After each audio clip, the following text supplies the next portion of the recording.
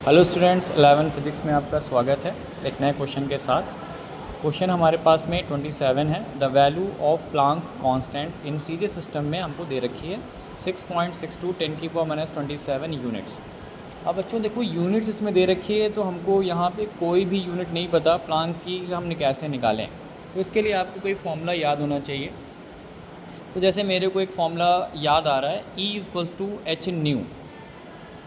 ये एक फोटोन की एनर्जी होती है जहाँ पे प्लांक कांस्टेंट को यूज़ करा जाता है।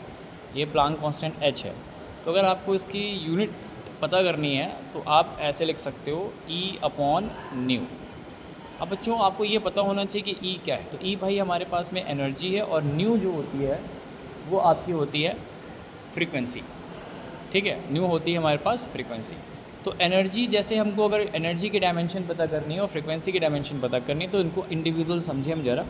तो एनर्जी का कोई भी बच्चों फॉर्मूला आपको याद हो, जैसे आप mgh कह सकते हैं, पोटेंशियल एनर्जी, काइनेटिक एनर्जी, किसी से भी आप एनर्जी का डायमेंशन फॉर्मूला बना सकते हैं। तो हमारे पास एनर्जी का जैसे कोई फॉर्मूला याद आ गया हमें, ½mv²। ये आप लोगों ने 9th 9th में पढ़ा होगा। ½ mv² एनर्जी होती है, काइनेटिक एनर्जी। तो हाफ से तो मतलब नहीं है। अब मास को किलोग्राम में आप लिख दें और वेलोसिटी को लिख दें मीटर/सेकेंड। अब इसका स्क्वायर है तो फाइनल हमारे पास में बन जाएगा किलोग्राम मीटर²/सेकेंड²। तो ये डायमेंशन, ये ड्राइव फॉर्म बन गई आपकी एनर्जी की। ऐसी फ्रीक्वेंसी को ज़रा समझते हैं, न्यू से इसको रिप्रेजेंट करते हैं, फ्रीक्वेंसी होता है। तो फ्रीक्वेंसी की यूनिट होती है हमारे पास में पर सेकेंड। 1/सेकेंड को हम लोग फ्रीक्वेंसी कहते हैं। तो ये आपकी सेकेंड इनवर्स ये आपका बन जाएगा। अब ये वैल्यू जाकर के यहाँ पे आप रख दीजिए तो आपको पता चल जाएगा कि इसकी डायमेंशन क्या बनेगी। पहले तो ड्राइव यूनिट आप निकालेंगे। यहाँ पे आपने सेकेंड स्क्वायर रख दिया। अब आपको डिवाइड करना है तो यहाँ पे आपने 1/सेकेंड करा, ऐसे लिख दिया। यहाँ पे मल्टीप्लाइड में 1/सेकेंड करा क्योंकि अपॉन के फॉर्म में था। तो बच्चों यहीं पे ये सेकेंड आप इसको काट सकते हैं। तो हमारे पास में बन जाएगा किलोग्राम मीटर²/सेकेंड।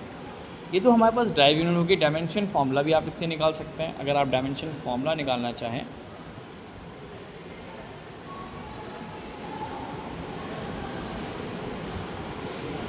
तो डायमेंशन फार्मूला आपका आ जाएगा।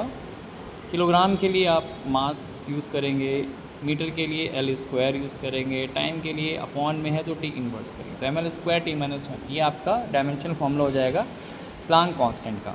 लेकिन बच्चों अगर हम इसको यूनिट में हमको पता नहीं है तो डायमेंशनल फार्मूला या इसमें आप इसको रिप्रेजेंट कर सकते हैं। ठीक है, अगर आप यहाँ से जैसे एनर्जी इसकी निकालना चाहते थे तो इसकी एनर्जी आ जाती, एनर्जी की जूल में हो जाती और 1/सेकेंड ऊपर चला जाता तो जूल सेकेंड हो जाता।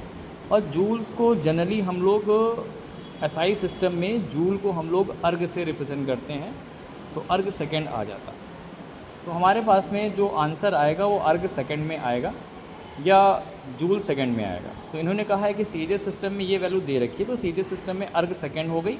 ये वैल्यू यूनिट्स की जगह पे अब अर्ग सेकेंड आप डाल सकते हैं। अब आपने यहाँ से पता कर लिया। और एसआई सिस्टम में आपको जूल सेकेंड ये वैल्यू आपको डालनी है और आपको यही निकालना है। तो हम लोग लास्ट में यही वैल्यू यूज़ कर सकते हैं। जब आपको रिप्रेजेंटेशन दिखाना होगा तब ये वैल्यू आप वहाँ पे डाल सकते हैं। अब आते हैं इसकी सॉल्विंग पर। ये तो हमारे पास में हो गया नॉलेज कि भाई हमने प्लांक कांस्टेंट को कैसे समझा, एक फॉर्मूले से उसकी हमने डायमेंशन फार्मूला कैसे निकाला, ये बात हो गई। अब आपको ये समझना है कि इसको हम कैसे कन्वर्ट करें। तो कन्वर्जन के लिए सीधा भाई आपने क्या कर दिया, एक सिस्टम लिख लिया। आपने पहले सीजे लिख लिया, उसके बाद एसआई लिख लिया। तो सीजे सिस्टम में आपको वैल्यूज़ दे रखी हुई है। n1 वो है 6.62 × 10⁻⁻27। ये आपको n1 दे रखी है। एसआई सिस्टम में हमको वैल्यू पता करनी क्या होगी। और u1 सीजे सिस्टम का u1 क्या हो जाएगा, डायमेंशन फार्मूला आया था ml² T-1। अब इसमें आपने 1 लगा दिया क्योंकि एक सिस्टम की बात हो रही है। ऐसे ही u2 आपका क्या हो जाएगा, ml² T-1। अब इसमें आपने दूसरे सिस्टम की बात करी है इसलिए आपने 2 2 और 2 लगा दिया ताकि आपको ध्यान में रहे कि आपका फर्स्ट सिस्टम और सेकंड सिस्टम में वैल्यू कौन कौन सी हैं। फिर ये फॉर्मूला होता है n1 u1 = n2 u2। तो n1 की वैल्यू हमारे पास में है 6.62 × 10⁻⁻27 और u1 आपका होता है m1 L1² T1 - 1। N2 आपको पता करना है और U2 आप एज इट इज़ लिख देंगे M2 L2 square T2 minus. अब बस M2 को इसके अपॉन में लगेंगे। ज़्यादातर सारे क्वेश्चन हमने एक ही तरह से करे हैं, आपकी प्रैक्टिस के लिए, आपके प्रैक्टिस अच्छी हो जाए, ठीक है। आप बार बार इसको लगाएं, तरीके को समझें, इसलिए ऐसा कर रहा हूँ मैं, ठीक है। कोई भी मैंने स्टेप इसमें मिस नहीं करा है, ताकि आपको भी अच्छे से बात समझ में आए कि कैसे क्वेश्चन करे जाते हैं और पढ़ाई कैसे एक्चुअल में की जाती है, रिप्रेजेंटेशन कैसे किया जाता है, इन सब चीज़ों पे ज़्यादा ध्यान दिया है, ठीक है। आप घर बैठे भी आप अच्छे से पढ़ाई कर सकते हैं, आपका कोई भी टाइम वेस्ट नहीं होगा। और वीडियो भी मैंने बहुत छोटी रखी हुई है ताकि बात भी जल्दी समझ में आए और आप टाइम भी आपका ख़राब ना हो। अब देखिए इसको सॉल्व करना है। 6.62 10⁻⁻27। अब मास आपका किस में है, देखिए ध्यान रखेगा, इस बार मास हमने सीजे सिस्टम में लिया है, तो यहाँ पे ग्राम यूज़ करेंगे, और यहाँ पे आपका एसआई सिस्टम में 2 वाला लिया है तो आप किलोग्राम यूज़ करेंगे। ये सब इसीलिए आपको बनाया जाता है ताकि आपको रिकॉग्नाइज़ यहाँ पे हो सके। L1 आपका सेंटीमीटर में चलेगा और ये आपका मीटर में चलेगा। T1 आपका दोनों ही सिस्टम में सेकेंड ही होता है तो उसका तो कोई यूज़ नहीं है, कैंसिल हो जाएगा, तो ये आपका कैंसिल हो जाएगा, ठीक। अब वैल्यूज़ बस आपको पुट कर देनी है। तो 1 किलोग्राम में आपका 1000 होता है, अपॉन में आएगा 1000, और 1 मीटर में आपका, अच्छा यहाँ पे एक चीज़ और भी है, 1 सेंटीमीटर ये जो यूनिट थी इसमें 2 जो है आपका यहाँ भी होगा स्क्वायर फॉर्म, तो आपका 1 मीटर में 100 सेंटीमीटर होता है, तो 2 बार आपको ऐसे लिखना पड़ेगा। ये आपका आ गया N2 है। अब देखिए सिर्फ पावर में ही काम करना है, तो पावर में देखिए कैसे काम करते हैं। ये सारी वैल्यू 10 की पावर में कितनी आ गई, 1 2 3 4 5 6 7 आ गई। अब ये जब आपका ऊपर जाएगा तो माइनस में चला जाएगा, 6.62 10 की पावर -27। अब ये ऊपर जाएगा तो -7 और आएगा N2, और 7 ऐड हो जाएगा, तो आपका 6.62 इंटू 10 की पावर माइनस का 34 हो जाएगा। अब आपको याद आ रहा होगा कि यही वैल्यू आप लोग यूज़ करते हैं, 6.62 10 की पावर -34 प्लांक कांस्टेंट में यूज़ करते हैं।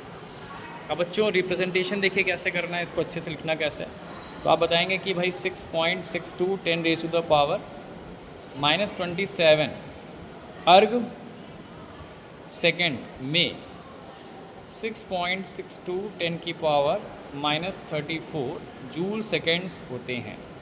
अब यही क्वेश्चन बच्चों आपको अगर नॉर्मल वे में करना होता तो एक अर्ग में, ठीक है, आपके 10 की पावर -7 जूल्स होते हैं, तो डायरेक्टली भी कर सकते थे, लेकिन ये डायमेंशन एनालिसिस से करना है और आपको सीखना है, इसलिए आपको ये प्रोसेस ना बड़ा लगता है लेकिन आसान है।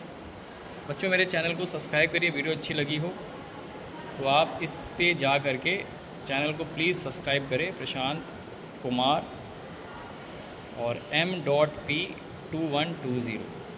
M मतलब मैथ्स है और P मतलब फ़िज़िक्स है, तो मैं मैथ्स और फिज़िक्स का टीचर हूँ।